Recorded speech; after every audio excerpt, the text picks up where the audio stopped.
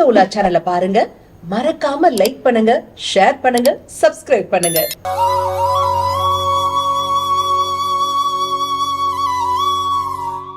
ஸ்ரீ குருப்யோ நமஹா, ஸ்ரீ மாத்ரே நமஹா, ஓம் அகத்தீசாயி நமஹா. இறையடியார்கள் அனைவருக்கும் அன்பான வணக்கம். வணக்கம்மா. சார், பெண்கள் முகத்தில் புன்னகை வர வேண்டும் என்றால் பொன்னகை போதும் அப்படின்னு சொல்லுவாங்க சார். ஆனா ஒவ்வொரு பெண்ணுக்குமே பாத்தீங்கன்னாக்கா என்னதான் எல்லாரும் சொல்வாங்க பெண்களுக்கு பொன்னகை எல்லாம் தேவையில்லப்பா, அவங்களே அவ்வளவு அழகு அப்படின்னு சொல்லுவாங்க. இருந்தாலும் கூட கடுகத்துல கொஞ்சோண்டு தங்க நகையை போட்டுக்கும் போது அந்த பெண்ணின் மனதில் இருக்கக்கூடிய அந்த தெம்பு, அந்த மனதிடம் அப்படின்னு பாத்தீங்கன்னாக்க அதிக அளவுல இருக்கும் அப்படின்னு சொல்லுவாங்க சார். அப்படிப்பட்ட ஆசாசியா குருவி சேர்க்கிற மாதிரி வாங்கி சேர்த்த தங்க நகையை ஒரு ஆத்திர அவசரத்துக்கு பேங்க்ல போய் வைக்கிறாங்க அப்படின்னாக்க அதை திருப்பி எப்போ எடுப்போமா எடுக்க மாட்டோம் அப்படின்னு பெண்ணின் மனம் தவிப்பு இருக்கு பாத்தீங்கன்னாக்கா அந்த அளவுக்கு இருக்கும் சார். அடகு வைத்த நகையை ஈஸியா மீட் எடுக்கணும் சார். எங்க எல்லா பெண்களும் தங்கத்துல ஜொலிக்கணும், அப்படி ஒரு விளக்கம் கொடுங்க சார். நாம இந்த வாரத்தில் சொல்லப்பட்ட அத்தனையுமே என்ன சொல்லியிருக்கோம்னா, கண்களால் பார்த்து தான் நீங்க எல்லாத்தையுமே ஆக்டிவேட் பண்ணணும் அப்படின்றத நான் என்ன பண்ணியிருக்கேன், அடிப்படையில் சொல்லியிருக்கிறேன்.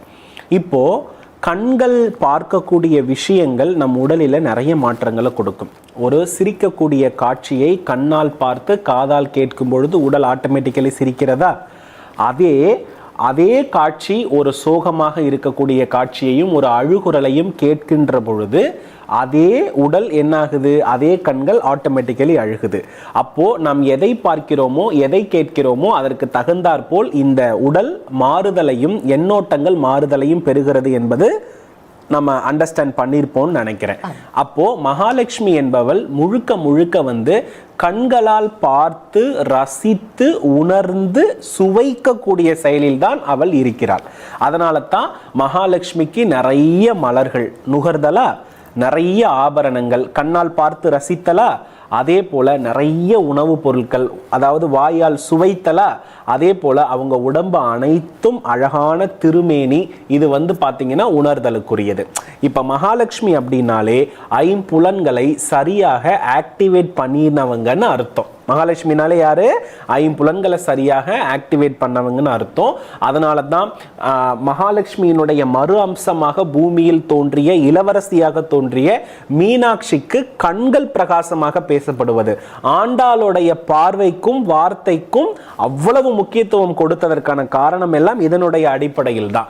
அப்ப நம்ம நல்ல ஒரு விஷயத்தை புரிஞ்சுக்கணும். நம்ம இந்த உலகத்துல பொருள் வாழ்க்கையில நல்லா இருக்கணும்னா நம்ம கண்கள் என்னைக்குமே எளிமையை பார்க்க கூடாது. கண்கள் என்னைக்குமே எதை பார்க்க கூடாது? எளிமையை பார்க்க கூடாது. எது தேவையோ அதை கண்ணால் பார்த்து நாம அது வேண்டும் வேண்டும் வேண்டும் வேண்டும்னு கேட்டோம்னா இந்த பிரபஞ்சம் நமக்கு அது முழுமையாக தரும். அப்போ தன்னுடைய தோற்றத்தில் அப்போ பாத்தீங்கன்னா இப்ப தங்கம் வேணும் அப்படின்னு நம்ம ஆசைப்படுறோம்னா தங்கத்தினுடைய முதல் வடிவமே வாசனை தான், அந்த துணி தான். சுக்கிரனுடைய எளிமையான வடிவம் என்னன்னா நல்ல துணி, நல்ல வாசனை, நல்ல சிரிப்பு, நல்ல உணவு. இது இன்னைக்கு எளிமையாவே கிடைக்குது இல்லையா? இதை நம்ம என்னைக்கு நம்ம உடல்ல மேன்மைப்படுத்தி அணுகிறோமோ அதற்கு அடுத்தபடியாகத்தான் என்ன வரும்னா நகையே வரும்.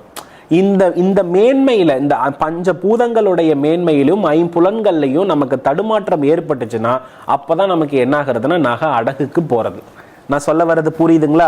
ஒரு மனிதன் ஆடையிலும் உடலிலும் கண்ணால் நல்ல விஷயத்தை பார்க்காத போதும் அவருக்கு அந்த பொருள் காரகத்துவம் எல்லாம் அவரை விட்டு அழிந்து விடும்னு சொல்லப்படுகிறது.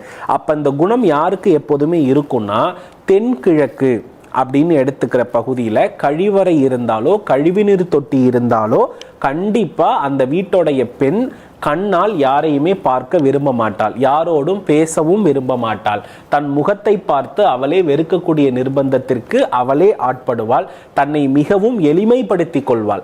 அந்த சூழல் வரும்பொழுது அங்க தேவையில்லாத பணப்பிரச்சனைகளை அந்த குடும்ப நபர்கள் அனைவருமே சந்தித்து கடனை உருவாக்கி அந்த பணப்பிரச்சனையை சமாளிக்க முடியாத விஷயத்திற்கு எது எல்லாம் பலமாக இருக்கிறதோ அதெல்லாம் அவங்களை விட்டு விலகிடும்.